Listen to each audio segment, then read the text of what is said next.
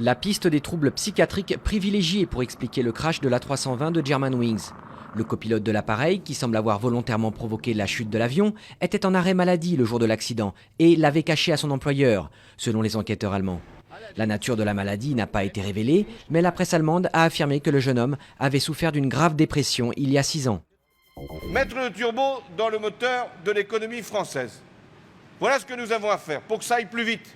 À 2 jours du second tour des départementales, François Hollande a profité d'une visite en Moselle pour parler industrie et reprise.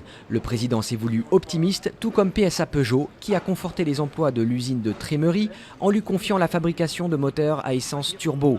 Un message opportun aussi dans ce département où le Front National est arrivé en tête au premier tour avec 32% des suffrages. Émotion et hommage au musée du Bardo à Tunis.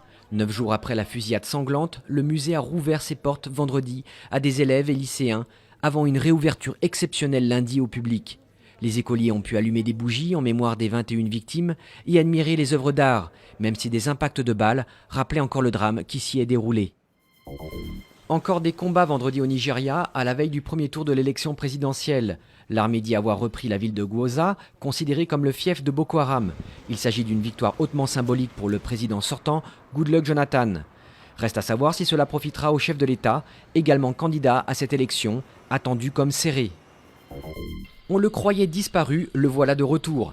Un lion du Gabon vient de faire une apparition dans le sud-est de ce petit pays d'Afrique centrale, d'où il avait disparu depuis des années. C'est une ONG américaine de protection des fauves qui a fait la découverte grâce à des caméras pièges.